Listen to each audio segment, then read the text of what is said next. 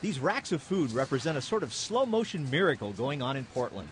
In 1992, Christian Suzanne and Barry Birch were asking God how they could best serve him.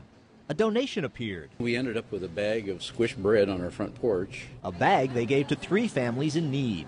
More and more people came to the Birches for help, and like the fishes and loaves, donated food began to pour through this couple's hands. We had to move bread when we had company. It just kind of took over the whole house. Then they finally grew into the nonprofit Birch Community Services, or BCS, a refuge and home for what they call the working poor.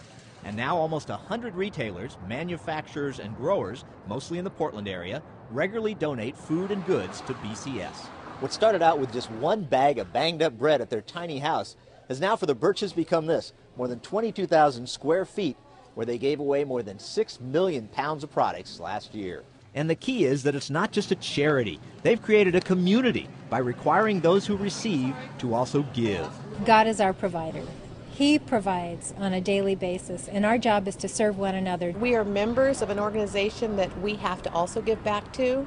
We have a monthly payment that we make. It's a minimal $50 a month payment, and we also have to do volunteer time.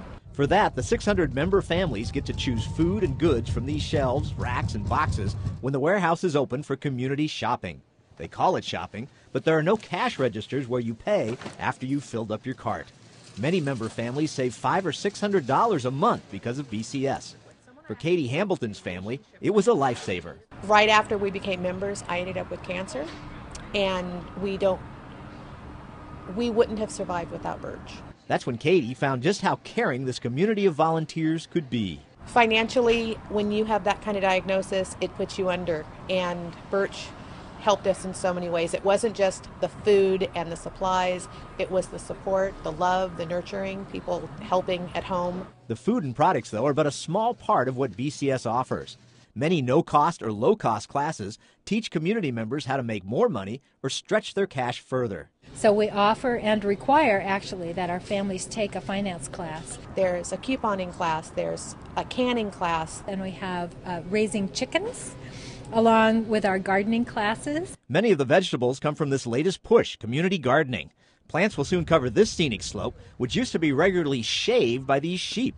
In such gardens, BCS is teaching its mostly city folk a delicious self-reliance. How we can, turn our homes into, providing, food for our families, even in the urban setting. Like creating and using raised beds. It's easier to garden, there's less weeds, you can keep your animals out, the moles stay out. Or forming surprisingly fruitful mounds out of layers of cardboard, compost, and dirt, a thing called lasagna gardening. Just lay down a bunch of cardboard, pile a bunch of dirt on top, and make some paths and plant your plants. Instead of walking through the grass, you're walking through the garden and picking carrots while you're going. Yeah. Back at the warehouse, it's as busy as a beehive with volunteers. Getting things ready, organizing, moving things around. Much of that activity is preparing goods for other agencies. Because God's blessed BCS with so much, they give every week to more than 50 local nonprofits. We're helping to provide for over 10,000 people every week just through those agencies. Meanwhile, among the BCS member families, the Birches work on the next step. And we have an exit strategy because our goal is to get them to graduate. And most programs are just a handout and they never see the people again, but we just embrace them till they're back on their feet. And the requirement goes on that every recipient also keeps volunteering, keeps serving. And so it becomes a community of people all serving each other. And that's part of the success of the Birch Community Services. Paul Strand, CBN News, reporting from Portland, Oregon.